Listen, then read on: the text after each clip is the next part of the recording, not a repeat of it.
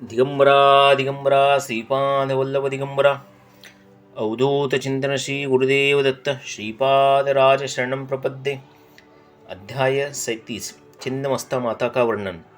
बंगरैया और बंगरम्मा से मिलकर उन्होंने दिए हुए चर्म खड़ावा लेकर हमारा मार्ग आरंभ किया। हम एक जंगल से जा रहे थे। जाते वक्त हम वृक्ष के नीचे विश्राम के लिए रुके। योगिनी गणों का समूह वहाँ आया। हमें देखकर कहने लगा, अब सायं संध्या का समय है, इस वक्त इस प्रांत में प्रवेश नहीं करना चाहिए। हम छिन्नमस्ता माता की पूजा करने वाले हैं। यह अत्यंत रहस्यमय देवता है।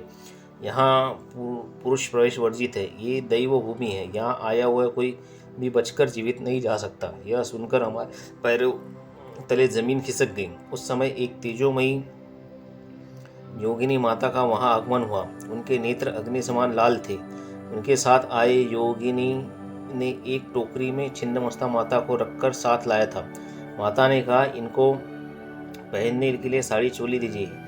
उनके कहने के अनुसार हमें वस्त्र दिए गए और हमारे वस्त्र अग्नि में जलाए गए। हमने साड़ी चोली पहनने के बाद हमारे शरीर में परिवर्तन महसूस हुआ। हमारा पुरुषत्व नष्ट होने लगा। हमारा सीना बदलकर हमें स्त्री रूप प्राप्त हुआ। हमारा नया नाम रखा गया। मेरा नाम शंकरम्मा और धर्मगुप्त का नाम धर्मम्मा रखा गया। हमें भोजन में मांस परोसा गया और पीने के लिए मदिरा दी गई।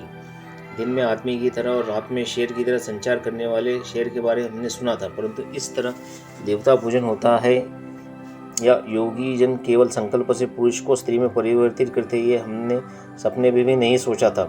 हमें भयग्रस्त करके नृत्य कराया गया। योगिनी माता ने कहा, कंबध मुनि, ये परिवर्तनशील जगत के अधिपति है। परिवर्तन शक्ति को छिन्नमस्ता माता कहते हैं। इस जगत में वृद्धि और क्षय हमेशा चालू होता है। क्षीणत्व कम होते समय विकास दर में वृद्धि होकर भुवनेश्वरी माता उतरी होते हैं। इसके विपरीत क्षीणत्व का प्राबल्य होने पर छिन्नमस्ता माता अधिकारी बनती है। इस महामाता का स्वरूप अत्यंत रहस्यमय। एक समय पार्वती माता अपने सखियों के साथ मंदाकिनी नदी पर स्नान करने गई। स्नान के उपरांत दोनों सखी को बहुत भूख लगने से वे कृष्ण वर्ण की हुई। भोजन की याचना करने के बाद पार्वती माता ने थोड़ा रुकने को कहा। थोड़े समय बाद सखियों ने फिर भोजन की मांग की। इस वक्त भी पार्वती माता ने थोड़ा समय रुकने को कहा।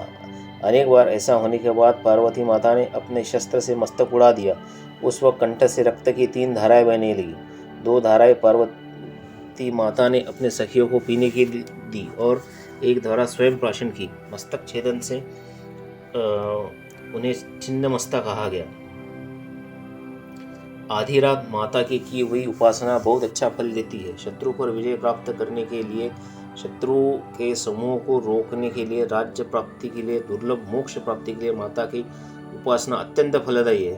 कृष्ण यानी तामस गुण और रक्त वर्ण यानी राजस गुण, इन दोनों गुणों से युक्त सखी उनके साथ हमेशा रहती है। माता ने अपना सिर छेदन करने के बाद भी जीवित थी। इस का योग भाषा में अर्थ है कि वो परिपूर्ण अंतर्मुख का प्रतीक है।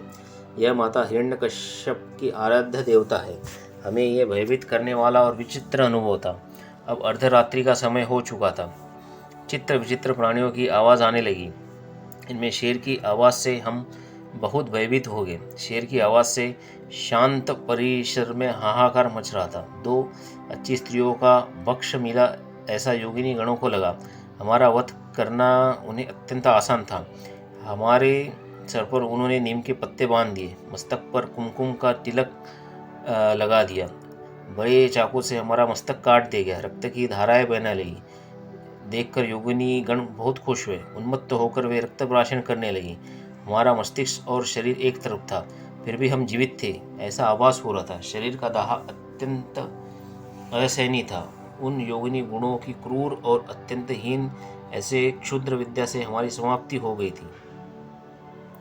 क्षण में हम निद्रिस्त हो गए। इस निद्रावस्था में अस्पष्ट आकाश में प्रकाश की किरण दिखाई दी। वह किरण हमें पास आने वाले काल की तरह योगिनी गणों के वायु में मिल रहा है, ऐसा प्रतीत हुआ। हमारा सिर फिर से हमारे शरीर को चिपक गया, ऐसा प्रतीत हुआ। हम हमेशा की तरह सोकर जाग गए। हमारे शरीर पर स्त्री के वस्त्र थे। बाद में स्त्री रूप धीरे धीरे नष्ट होने लगा। पुरुष लक्षण प्राप्त होने लगे। रात की अग्नि में हमारे स्त्री वस्त्र जलकर उससे नए पुरुष वस्त्र प्राप्त हुए। स्नान के पश्चात हमने नए वस्त्र पहन लिए।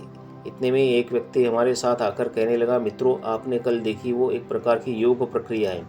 आपके शरीर का स्त्रीत्व अत्यंत शुद्ध कर दिया गया है। प्रत्येक शरीर में स्त्री और पुरुष दोनों तत्व होते हैं। इन दोनों तत्वों का शुद्धि के बिना योग शक्ति विश्व चैतन्य से प्रभावित नहीं होती। तुम्हारे अंदर के विश्व चैतन्य से आवश्यक इतनी शक्ति प्रभावित होती है। आत्मा को स्त्री पुरुष ऐसा भेद नहीं होता, वो इन दोनों तत्वों के आधार के पार है। तुम श्रीपाद श्री वल्लभ दया से योगिनी गणों के असाधारण योग प्रक्रिया से अनुपमीय ऐसी करुणा प्राप्त कर लोगे। कितना भी प्रयत्न करने के बाद न प्राप्त होने वाली सुषुम्ना मार्ग को आपको अवगत कराया गया। इससे बड़ा भाग्य क्या है। इतना महान भाग्य प्राप्त होने के कारण आपके पास श्री दत्त प्रभु के चरण खड़ा हुआ चर्म देह से चैतन्य से निकलकर आपके चैतन्य ने प्रवाह रूप दिव्य तत्व के अंदर हो। श्रीपाद प्रभु की दिव्य लीला वो जानते हैं, वे अन्य लोगों के लिए अति अगम्य, अद्भुत और चमत्कारपूर्ण है। श्रीपाद श्री वल्लभ जी का जय जयकार। अवधूत चिंतन श्री गुरुदेव।